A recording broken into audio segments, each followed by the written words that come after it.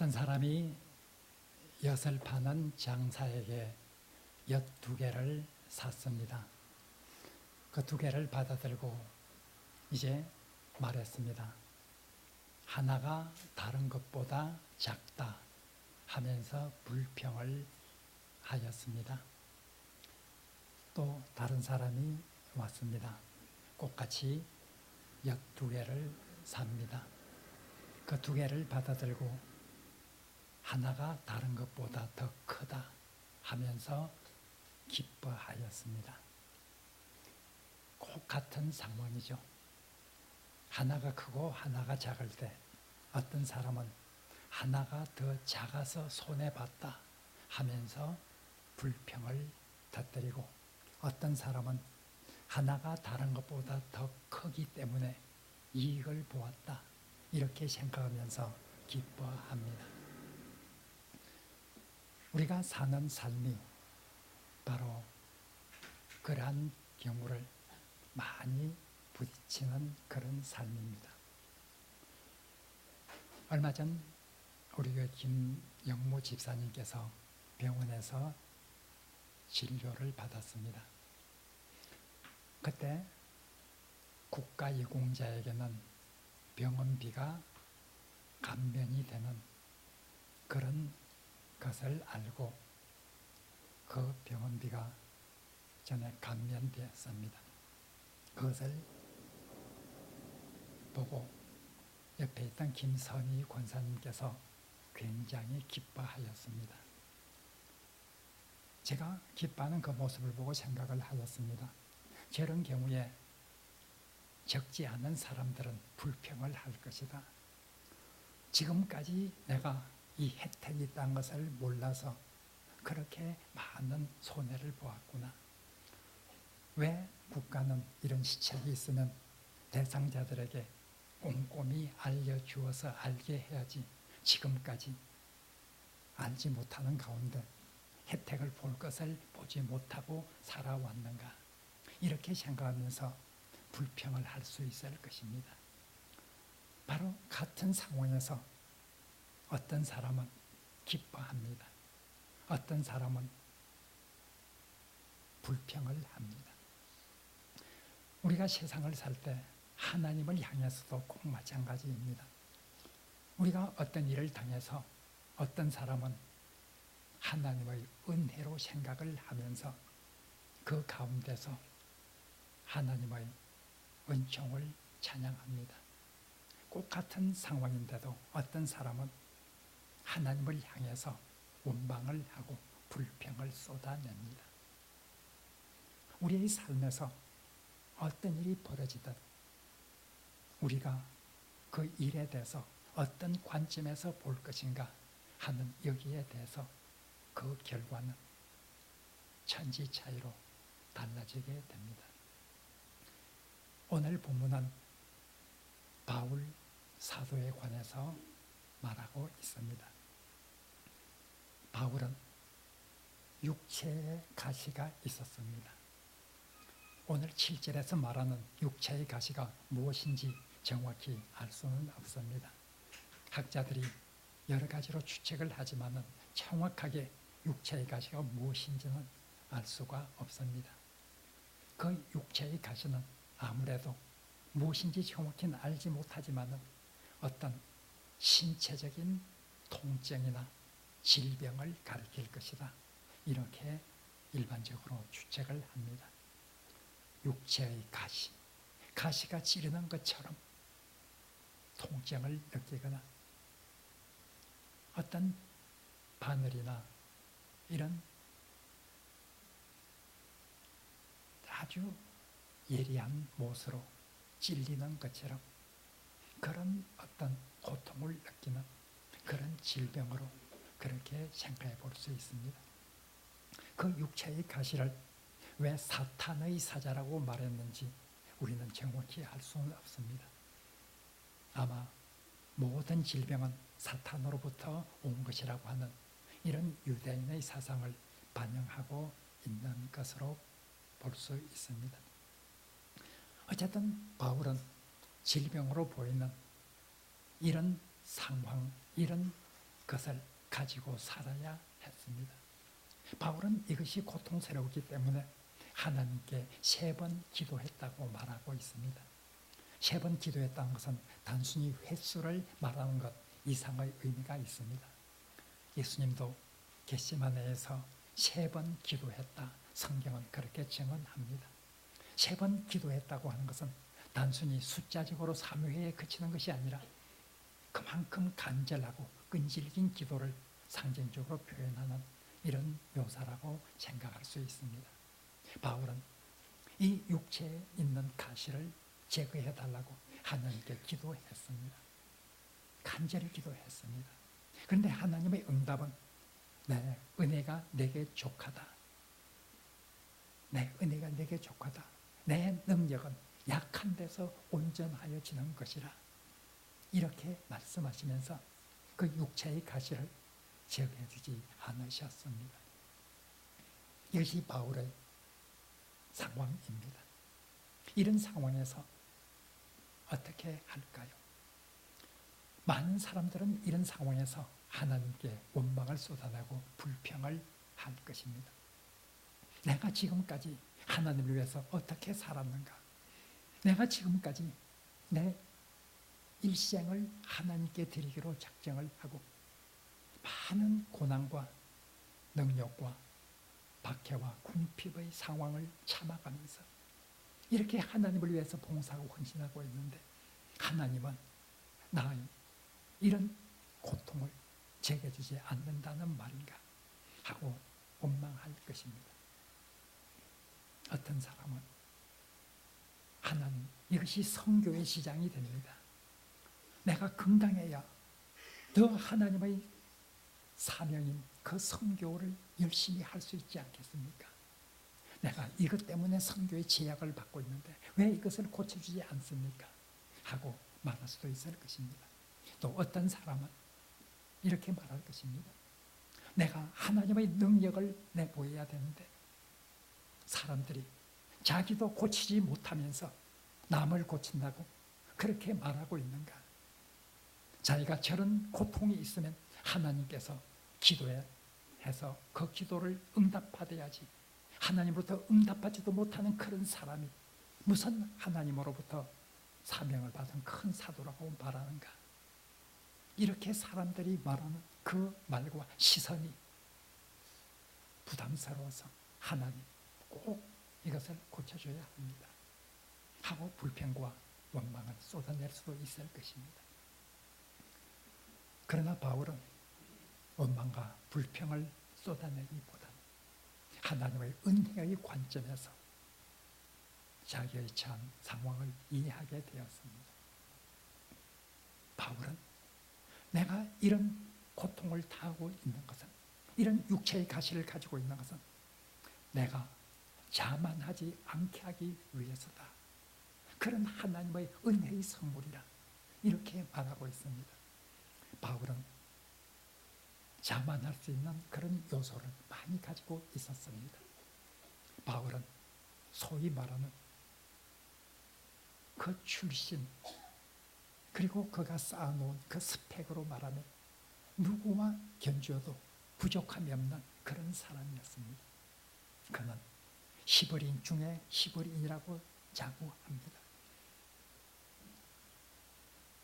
그는 날 때부터 로마 시민권을 가지고 출생하였습니다.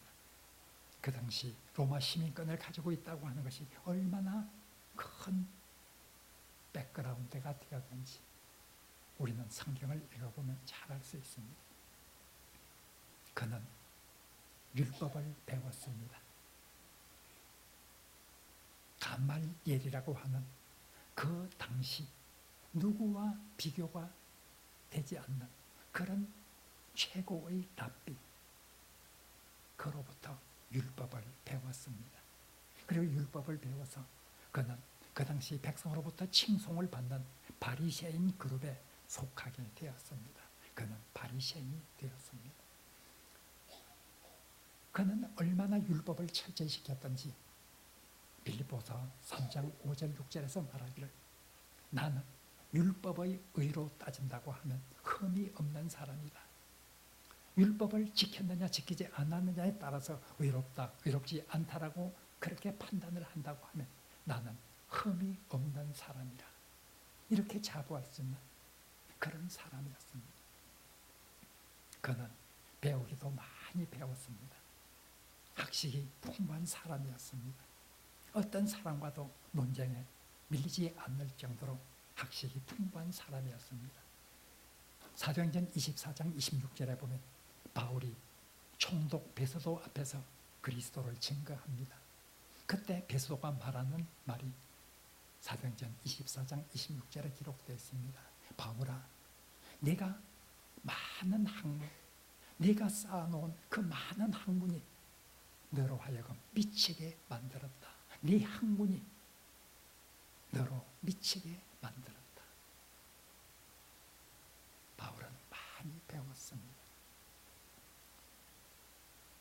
그러나 무엇보다도 바울이 자만할 수 있는 그런 요소는 바로 하나님으로부터 받은 그 계시에 있었습니다.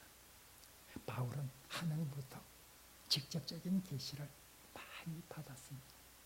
그 계시를 받고 정말 자만할 수 있는 그런 가능성이 굉장히 높았습니다. 그래서 오늘 본문 7절에 보면 내가 하늘부터 받은 여러 계시로 인해서 자만하지 않도록 하기 위해서 하나님께서 나에게 이런 육체의 가시를 주셨다. 이렇게 그는 자기의 육체의 가시를 이해하였습니다. 내가 하나님으로부터 받은 그 계시가 여러 계시가 너무나 크기 때문에 하나님은 내가 자만하지 않도록 나에게 이런 신체적 약점을 주었다. 이렇게 말하고 있습니다. 하나님부터 받은 그 계시의 하나를 큰 계시의 하나를 1절부터 6절까지 기록합니다. 오늘 7절부터 읽었지만 1절부터 6절에 보면 바울이 하나님부터 어떤 계시를 받았는지 말할 수 없는 계시, 참으로 놀라운 계시를 그는 받았습니다. 그는 셋째 하늘에 그는 올라갔습니다. 셋째 하늘에 가서 지극히 큰 계시를 받았습니다. 그런 계시는 하나의 계시고 그 외에도 여러 계시를 내가 하나님부터 받았기 때문에 그런 하나님의 계시를 받고 내가 자만하기 쉽기 때문에 하나님 앞에서 교만하기 쉽기 때문에 하나님께서는 나를 자만하지 않도록 하기 위해서 육체의 가시를 주셨다. 그렇게 그는 확신을 하게 되었습니다. 그래서 그것이 감사였습니다. 불평과 원망을 하나님께 쏟아내는 것이 아니라 하나님을 향해서 감사와 찬양을 드렸습니다. 하나님이 바울에게 말했습니다. 이 육체의 가시를 체계해 달라고 할 때 하나님께서 말씀하시기를 내 은혜가 네게 족하도다. 이는 내 능력이 약한 데서 온전하여 집이라. 바울은 알았습니다. 내가 배운 지식, 내가 가지고 있는 여러 가지 능력, 그것을 가지고 내가 일한다고 하면 내가 하나님으로부터 받은 능력을 가지고 일하는 것과 어떻게 될까? 나는 내 학문과 내 능력을 가지고 일하는 것보다 하나님의 능력이 내 안에서 살아 움직이도록 하는 그것이 나에게 더 유익하고 그것이 나에게 큰 능력이 된다고 하는 것을 확신하였습니다. 그래서 바울은 내가 이렇게 하나님 앞에서 낮아져서 자만하지 않고 하나님의 능력을 의지하고 하나님의 능력에 의해서 일하게 되는 그런 어떤 사람이 될 수 있다는 것. 이것이 얼마나 감사한 일인가.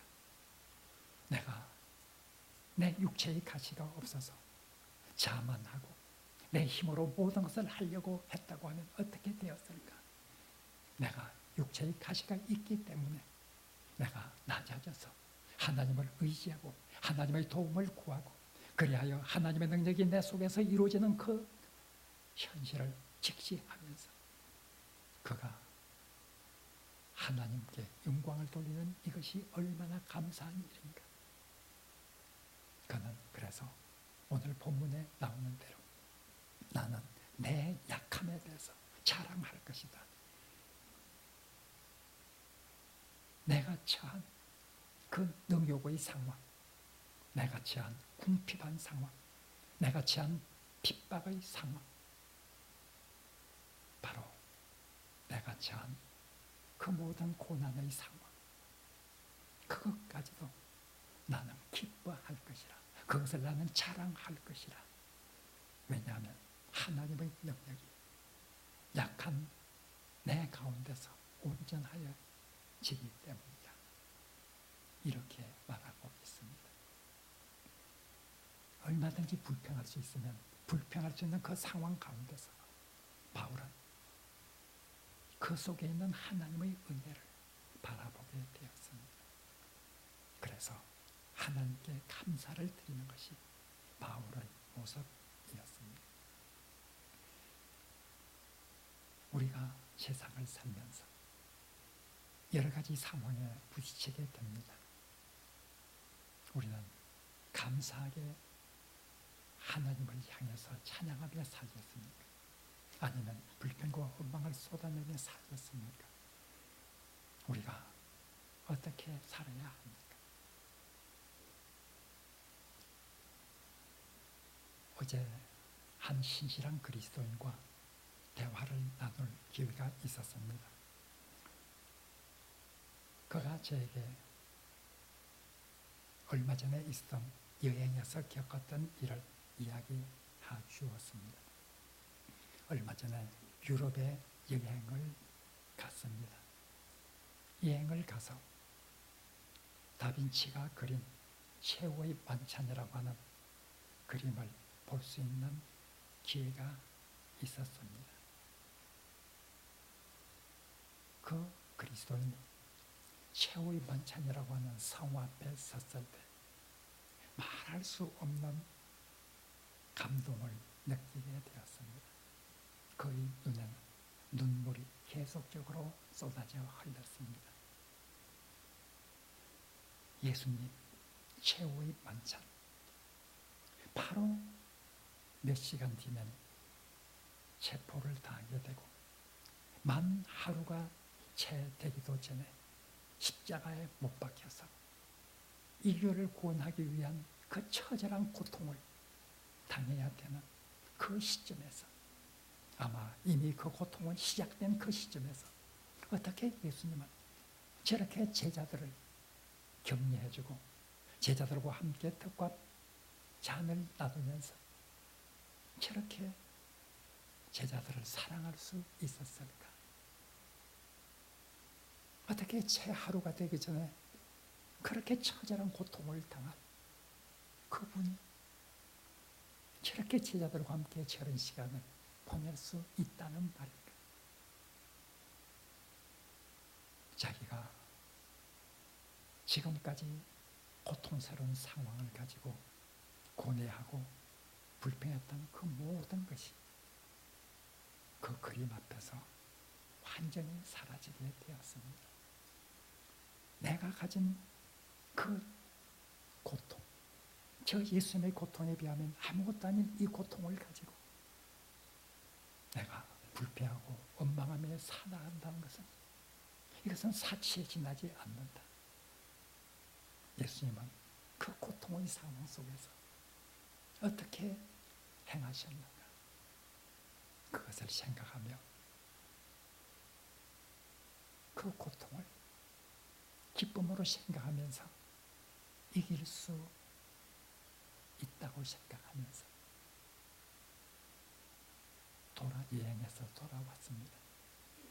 고통을 안고 괴로워하는 친구에게 전화를 해서 내가 이러이러한 감동을 받고 이러이러한 생각을 하였다고 하면서 그 친구들을 또한 격려하는 그런 어떤 전화를 주고받았다고 하는 이런 이야기를 어제 들었습니다. 바로 우리가 고통을 당했을 때 다른 각도에서 보면 그것이 하나님의 은혜고 얼마든지 이길 수 있는 그런 상황이란 것을 우리는 깨닫게 됩니다. 우리가 어떤 관점을 가지고 살아갈 것인가? 우리가 당한 현실 앞에서 우리는 하나님을 향해서 어떤 자세를 가지고 살아갈 것인가? 아주 중요한 질문입니다. 리처드 니브라고 하는 유명한 신학자는 말했습니다. 기독교의 위대한 개혁은 새로운 것을 발견한 사람들에 의해서 이루어진 것이 아니다. 그것은 이미 있는 것을 다르게 해석하는, 그 해석하는 데서 나온 것이라. 이렇게 말했습니다. 우리가 세상을 살면서 새로운 것을 찾는 것도 중요하지만 이미 있는 것을 어떤 각도에서 해석하고 볼 것인가에 따라서 우리의 자신은 크게 달라지고 우리의 삶은 크게 달라진다는 것을 우리는 기억해야 합니다. 제가 말씀드리는 것은 우리의 처절한 상황 가운데서 하나님을 향해서 어떤 불평과 불만도 쏟아내지 말고 순응하며 살아가라고 하는 그런 말은 결코 아닙니다. 우리에게 닥치는 모든 현실을 낙천적으로 받아들이라고 하는 그런 말은 더더욱 아닙니다. 우리는 성경을 읽으면서 하나님을 향해서 내뱉은 많은 탄식과 하나님을 향한 절규와 하나님을 향한 항해의 소리를 우리는 생생하게 성경을 통해서 들을 수 있습니다. 시편을 읽어보십시오. 많은 시편 기자는 하나님을 찬양하지만 많은 시편 기자들은 자기들이 처한 그 처절한 상황 속에서 하나님을 향해서 탄식을 쏟아내는 그런 시들입니다. 욥기를 읽어보십시오.